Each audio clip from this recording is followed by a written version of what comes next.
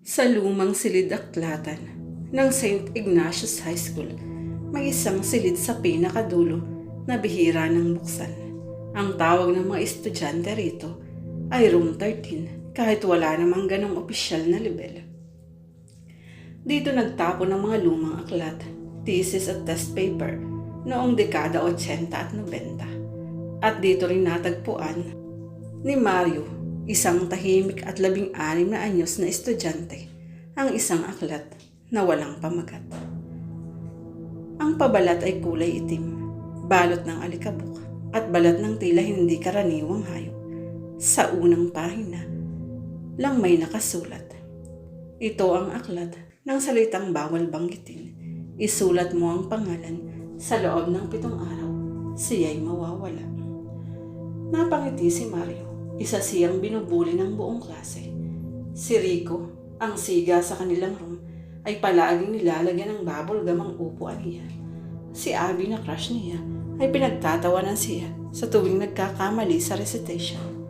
Si Ma'am Tenorio, ang kanyang guro, ay palaging pinapahiya siya sa harap ng klase. Kung totoo to, bulong niya. Isinulat ni Mario ang unang pangalan, Rico de Leon. Pagkatapos ng isang araw, hindi pumasok si Rico. Kinabukasan, nabalita ang nawawala si Rico.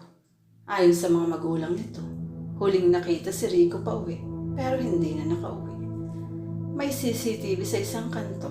Kitang-kita si Rico na parang may sinusundan. Pero sa video, wala siyang sinusundan. Pagkalipas ng 7 araw, ipinahayag ng pulis na si Rico ay missing without a trace. Walang ebidensya, walang katahimikan sa pamilya. Si Mario habang pinagmamasdan ng aklat ay nanginig sa tuwa at takot. Nagkakatotoo, totoo pala ang aklat. Hindi na siya tumigil.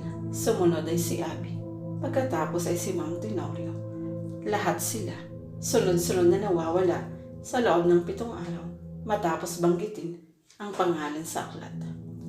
Ang mas nakakatakot kapag sinubukang tanggalin o sunugin ang aklat, kusang bumabalik ito sa ilalim ng una ni Mario. Sa tuwing may nawawala, may mabigat na amoy ng usok at bulok na laman sa kwarto niya tuwing gabi.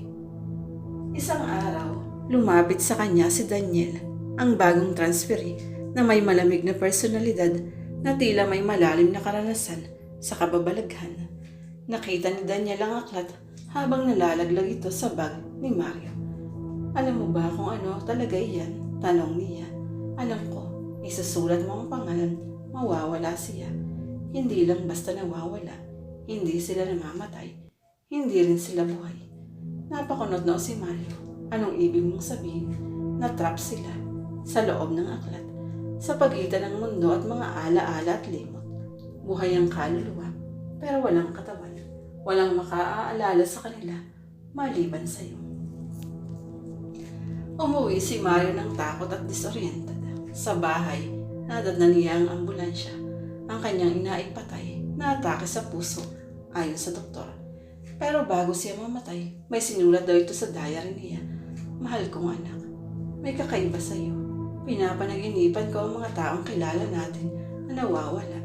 Nasa isang itim na silid, tila naghahanap ng daan pabalik. At doon naisip ni Mario ang huling pangalang na isulat niya nang magkamali siya at isinulat ang pangalan ng kanyang ina matapos mag-away sila ng isang gabing yun. Gusto niyang bawiin ang lahat. Binuklat niya ang pahina. Lahat ng pangalan ay doon. Buo, buhay, humihingi ng saklolo mula sa loob ng aklat. Sinubukan niya silang burahin, pero kumakapit ang tinta sa papel. Sinubukan niyang sunugin, pero walang apoy na lumalapit sa pahina. Lumingon siya sa bandang huli ng libro. Doon niya nakita ang bagong mensahe. Isang pangalan lang ang makakalaya kapag ang sumulat ay sinulat ang sarili. Puno ng luha, isinulat ni Mario ang kanyang pangalan, Mario de la Cruz. Pagkatapos ay dumilim ang buong silid. Ang aklat ay bumuka ng kusa. Isa-isang lumabas ang mga boses. Si Rico, si Abby, si Ma'am Tenorio at ang kanyang ina. Anak, ngunit hindi niya na sila nakitang muli. Nang muling bumukas ang room 13, ang aklat ay naroon pa rin.